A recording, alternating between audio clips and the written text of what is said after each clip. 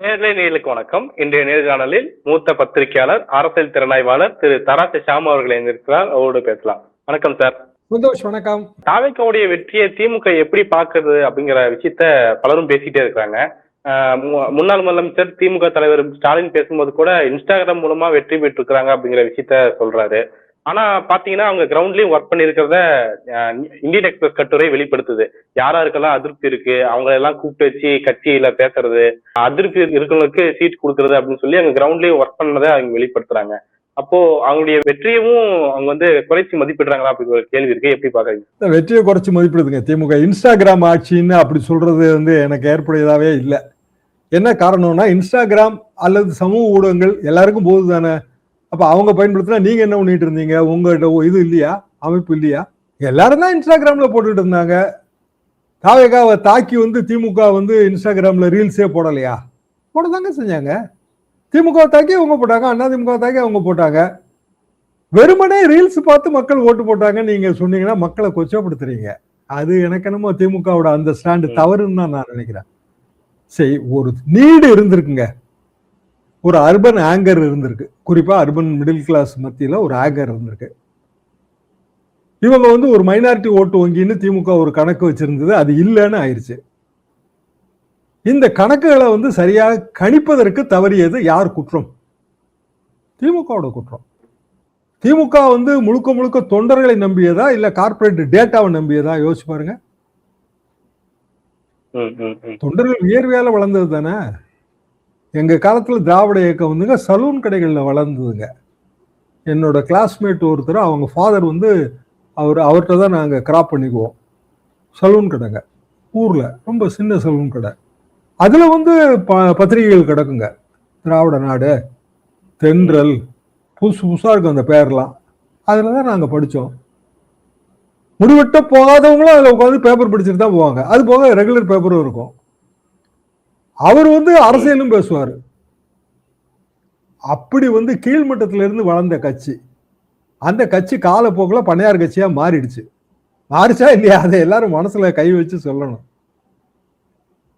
கீழ்மட்டத்துக்கும் மேலையும் பிணைப்பு அருந்ததுங்க திமுக. அதான் அதோட சிக்கலே. இன்னமும் அதை அவங்க உணர்ந்த மாதிரி தெரியல. கலைஞர் காலத்துல நீங்க அறிவாலயத்துக்கு நம்ம பத்திரிகையாளர்களோட அப்பாயின்மெண்ட்லாம் வாங்காமலே போலாம். போய் அங்க நின்றுட்டு இருந்தோம்னா ஃப்ரீயா இருந்தா கூப்பிடுவாரு. அதே மாதிரி யார் வேணாலும் போலாங்க. ஊர்கள்ல இருந்து வருவாங்க. அப்படியே ஒரு நாள் 2 நாள் மெட்ராஸ்ல இருக்கிறதுங்கிற பிளானோடய அறிவாலயத்து பக்கம் அப்படியே நிற்பாங்க. அறிவாலயத்துக்கு முன்னாடி அன்பகத்துல இருந்தப்பையும் அப்படிதாங்க. அதுக்கு முன்னாடி ஓல்ட் எம்எல்ஏ ஆபீஸ் இருந்துச்சுங்க, அப்பவும் அப்படிதான். ஃப்ரீயா இருந்தா கூப்பிட்டு பேசுவாரு. இல்ல வெளியில வந்தாரு பார்த்தாரு அப்படின்னா பேர் சொல்லி கூப்பிடுவாரு. ஸ்டாலினுக்கு கட்சிக்காரங்க கீழ்மட்டத்தில் இருக்கவங்களோட எத்தனை பேருங்க தெரியும்? கலைஞருக்கு எத்தனை பேர் தெரியும்? யோசிச்சு பாருங்க நீங்க. கலைஞருக்கு பல்லாயிரக்கணக்கான பெயர்கள் ஞாபகங்க. கட்சி உயிர்ப்போட இருந்தது. அதனாலதான் அது தோல்விகளுக்கு பிறகு அது தூண்டு விடாமல் இருந்தது. இப்ப விஜய்க்கு எத்தனை ஆயிரம் பேரை தெரியுங்கிறது எனக்கு சந்தேகமா தாங்க இருக்கு. எடப்பாடி பழனிசாமிக்கு கூட கொஞ்சம் தெரியுமோன்னு நான் யோசிப்பேன். இந்த 3 கட்சி நான் மனதளவில் கம்பேர் பண்ணிட்டு தாங்க வரேன். ஏன்னா நான் காமராஜர் ஆட்சி காலத்துல இருந்து பார்த்துட்டேன். காமராஜர் ஆட்சி, பக்தவச்சல ஆட்சி, அண்ணா ஆட்சி, கலைஞர் ஆட்சி, எம்ஜிஆர் ஆட்சி, ஜெயலலிதா ஆட்சி, கலைஞர் ஆட்சி, ஸ்டாலின் ஆட்சி, ஜானகி அம்மா ஆட்சி, கவர்னர் ஆட்சி, இவ்வளவும் பார்த்தாச்சு. ஒரு 45-50 இயர்ஸ் பத்திரிகையாளர் வாழ்க்கை, ஸ்டூடெண்ட் டேஸ்ல இருந்து பொலிட்டிக்கல் ஆக்டிவிஸ்ட். அப்போ ஒரு கம்பேரிசன் எனக்கு இருக்கு. யார் யார் எப்படி எப்படி கட்சியெல்லாம் நடத்தினாங்க, எப்படி தோல்வியை கண்டு அவங்க எதிர்கண்டு இருந்தாங்கன்னு எனக்கு ஒரு கம்பேரிசன் இருக்கு. காமராஜ் எப்போதுமே வாரத்துல 1 நாள் இல்ல 10 நாளைக்கு ஒருக்க சத்தியமூர்த்தி பவனோட படிக்கட்டுல உட்கார்ந்துருப்பாருங்க. வெளியில யார் வேணாலும் போய் பேசலாம் கட்சிக்காரங்க. அண்ணா ரொம்ப ரொம்ப ஃப்ரீ. அவரு சட்டையெல்லாம் போடாம எதுவுமே போடாம உட்கார்ந்துருப்பாரு. யார் வேணாலும் போய் என்ன வேணாலும் பேசலாம். வாழப்பாடி ராமமூர்த்தி அப்படித்தாங்க இருந்தாரு. வாழப்பாடி ஆபீஸ் நாங்க போவோம். சட்டையெல்லாம் போட்டிருக்க மாட்டாருங்க. அவர் ஒரு பைபாஸ் சர்ஜரி வேலை, 2 சர்ஜரி. அப்படியே நெஞ்சிலே பெரிய தழும்பு இருக்குங்க, சர்ஜரியோட தழும்பு. அதெல்லாம் அவர் மறைக்கணும்னு கூட நினைக்க மாட்டாரு. 10 மணி 11 மணி வரைக்கும்னாலும் பேசிட்டு இருந்து அப்புறம் தான் டிஃபன் சாப்பிடவே போவார். காலையிலே போயிடலாம். எல் கணேசன் லெப்டினன்ட் ஜெனரல், எங்களுக்கு அவர் இந்திய எதிர்ப்பு போராட்டத்தில் மசால் வடையை சாப்பிட்டு பேசிட்டே இருப்பாரு. ம். இப்ப இருக்கிற தலைவர்கள்ட்ட நீங்க ஒரு அரை மணி நேரம் 1/4 மணி நேரம் பேசுற இது இருக்கா? ஏதாவது ஒரு அரசியலோ இல்ல வந்து கருத்து பரிமாற்றத்துக்கோ யார்கிட்டயாவது இருக்காங்க? எங்கங்க இருக்கு?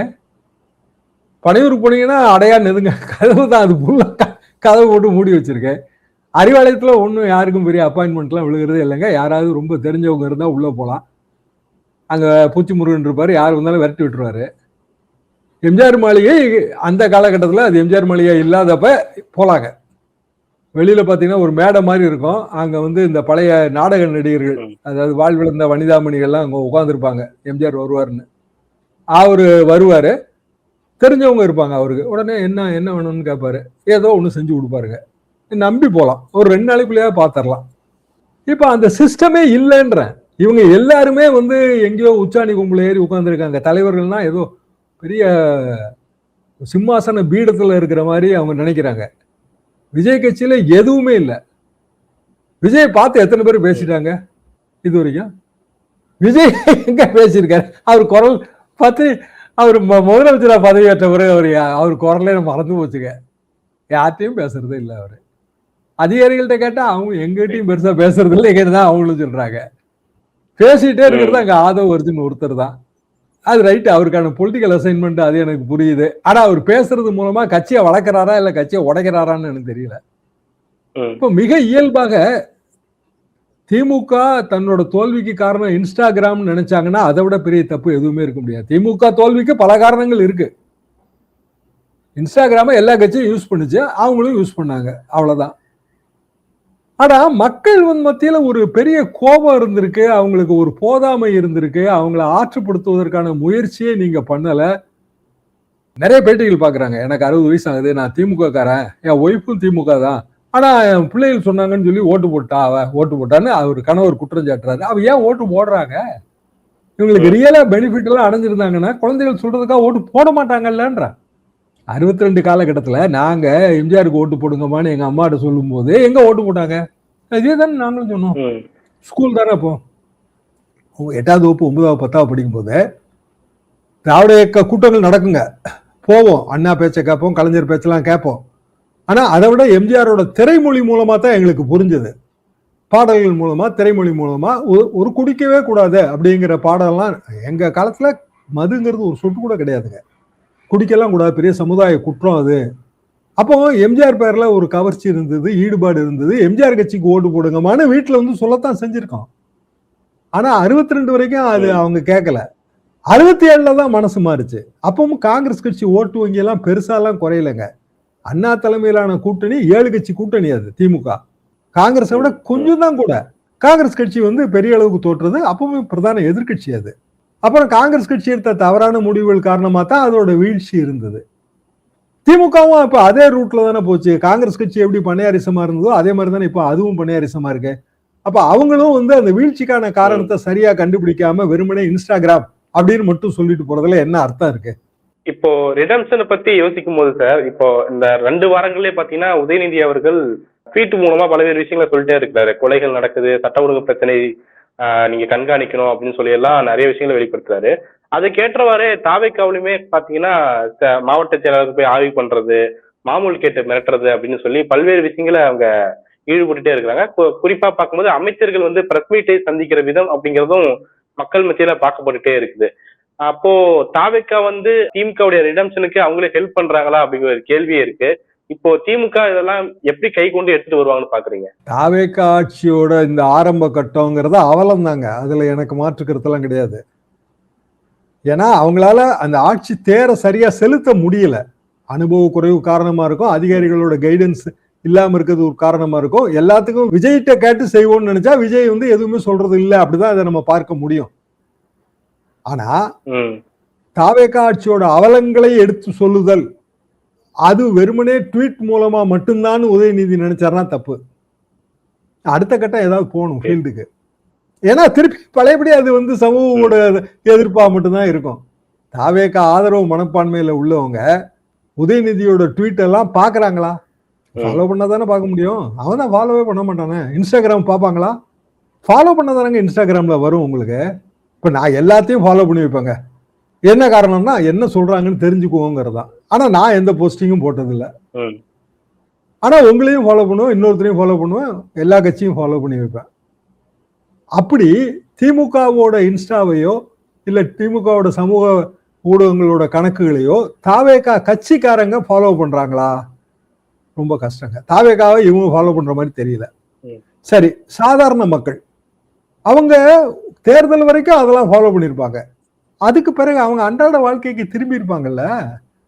ஏங்க தினம் தினம் இங்க 1000 பிரச்சனைங்க. பெட்ரோல் விலை விஷம் மாதிரி ஏறிட்டே போகுதுங்க. இப்ப எல்லாரும் 100 ரூபாய்க்கு 200 ரூபாய்க்குன்னா அமௌண்ட் கணக்குல தானே பெட்ரோல் போடுறோம். யாரும் லிட்டர் கணக்குல போடுறாங்களா என்ன? அப்போ 100 ரூபாய்க்கு பெட்ரோல் போட்டு இவ்வளவு தூரம் போலாம், ஆபீஸ்க்கு ஒரு தூரம் போயிட்டு வரதுக்கு 100 ரூபாய் பெட்ரோல் போதும்னு நினைச்சிருப்பான்ல ஒருத்தன். இப்ப ஆபீஸ் போயிட்டு வர முடியாதுல்ல, இல்ல ஒர்க் பிளேஸ்க்கு போயிட்டு வர முடியாதுல்ல. மக்களோட அன்றாட பிரச்சனை இப்படி ஓடிட்டு இருக்கு இல்லைங்களா? அதுக்கான ஆக்டிவிட்டி, பொலிட்டிக்கல் ஆக்டிவிட்டி, அதை எதிர்கட்சிகள் எடுக்குதா? இன்னும் இது வரைக்கும் எடுத்த மாதிரி எனக்கு தெரியலைங்க. தாவேகா அடிச்செறிஞ்சு போகுது. அதிமுக எம்எல்ஏக்கள் ராஜினாமா பண்றாங்க. கடந்த ஒரு 25 நாளாங்க சர்வம் விஜய் மயங்க. விஜய் கடைசியா பட்டு வெட்டி பட்டு சட்டில வந்ததுதான் ட்ரெண்ட். அப்படி இருக்கு, நியூஸ் ஃபீல்டு அப்படி இருக்கு. அவர் சரிங்க, அவர் டெல்லிக்கு போறாரு. டெல்லிக்கு போகும்போது தனி பிளைட்ல கூட்டு போறவங்க எல்லாம் யாருன்னு பாத்தீங்கன்னா தமிழ்நாட்டுக்கு அவங்களுக்கு சம்பந்தமே இல்லை. பிரதமர் ஆபீஸ் வரைக்கும் கூட்டு போறாரு அவரை. அவரோட மேனேஜர் ஜெகதீஷ்ங்கிறவரை பிரதமர் ஆபீஸ் வரைக்கும் கூட்டு போறாரு. பிரைம் மினிஸ்டர் ஆபீஸ்க்குள்ள விடல, அவங்கள சந்திப்பின் போது விடல. இன்னொருத்தர் கூட போறாரு. அவர் யாரு பார்த்தா அவர் ஆந்திராக்காரர், ஆந்திரால தொழில் அதிபரா. அவருக்கும் தமிழ்நாட்டுக்கு என்ன சம்பந்தம்னு பார்த்தா அது யாருக்குமே தெரியாதுங்க. தனி விமானத்துல செலவு பண்ணி கூட்டு போறாங்களே, அந்த செலவெல்லாம் தமிழ்நாடு கவர்மெண்ட் தானே எடுத்துக்குது. தனி விமானத்துல போனவங்க யாருன்னு பட்டியல் எடுத்து பாத்தீங்கன்னா அதுக்கும் தமிழ்நாடு அன்றாட நிர்வாகத்துக்கும் எந்த சம்பந்தமும் இல்லை.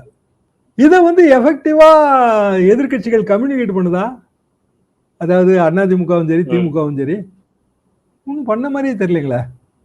திமுக 6 மாத விண்டோ சீட் குடுக்குறாங்கன்னு பார்க்கும்போது 6 மாதம் கழிச்சு இதெல்லாம் எஃபெக்டிவா களத்துல பேசப்படுமா அப்படிங்கிற ஒரு கேள்வி இருக்கு. ஏங்க இன்னைக்கு பேசினதாங்க 6 மாசம் விண்டோ காமராஜர் கொடுத்த விண்டோங்க. அது எந்த காலத்துல சமூக வலைதளம் எதுவுமே இல்லாத ஒரு காலத்துல ஒட்டுமொத்தமா பேப்பர் மட்டும்தான் இருந்துச்சு. இப்பெல்லாம் 6 மாசம் விண்டோங்கிறது அது அவ்வளவு நாள்லாம் பொறுத்துட்டு இருக்க முடியாது. இப்போதைக்கு விண்டோங்கிறது ஒரு ஆட்சி அமையணும்னு குரல் கொடுத்தது மட்டும்தான்.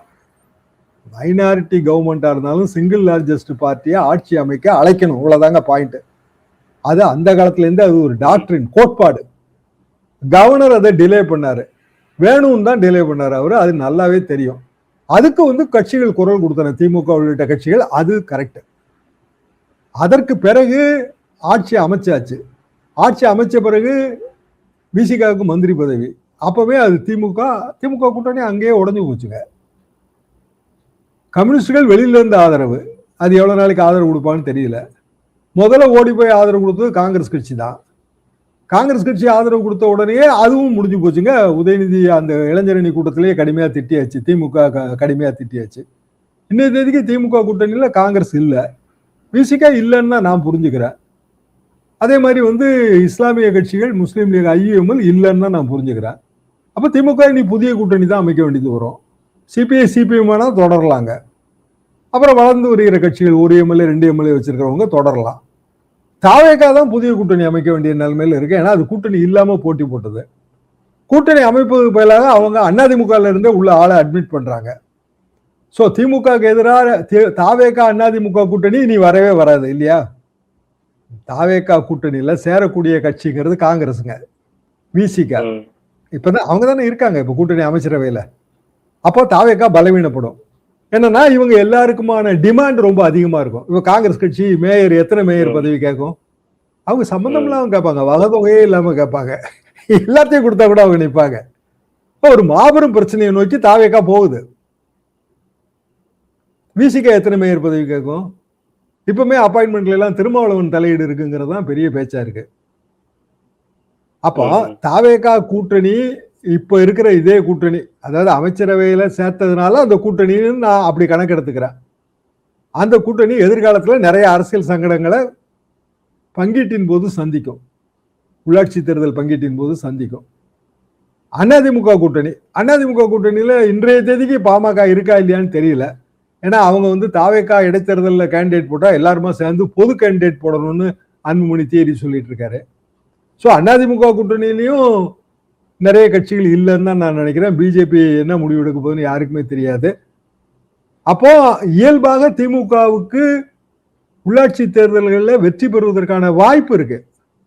அந்த வாய்ப்பை அவங்க பயன்படுத்தணும்னா களத்துக்குள்ள வந்து எதிர்ப்பை காட்டணுங்க. அது இன்னமும் வந்து திருப்பி சமூக ஊடகங்களை எதிர்ப்பை காட்டிட்டு இருக்கிறதுல பயன் இல்லை. அது எல்லாமே ஒரு செய்தியா மட்டும்தான் வரும், மக்கள்கிட்ட போய் சேரவே சேராது. அப்ப இன்னும் 6 மாச விண்டோ 3 மாச விண்டோன்னு சொல்லிட்டு இருக்கிறதுல எல்லாம் அர்த்தமே இல்லை.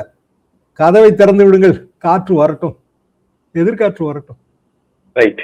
இந்த சூழல்ல பல்வேறு முக்கியமான விஷயங்களை பந்தி சார். உங்களுடைய நேரத்துக்கும் கருத்திற்கும் மிக்க நன்றி சார்.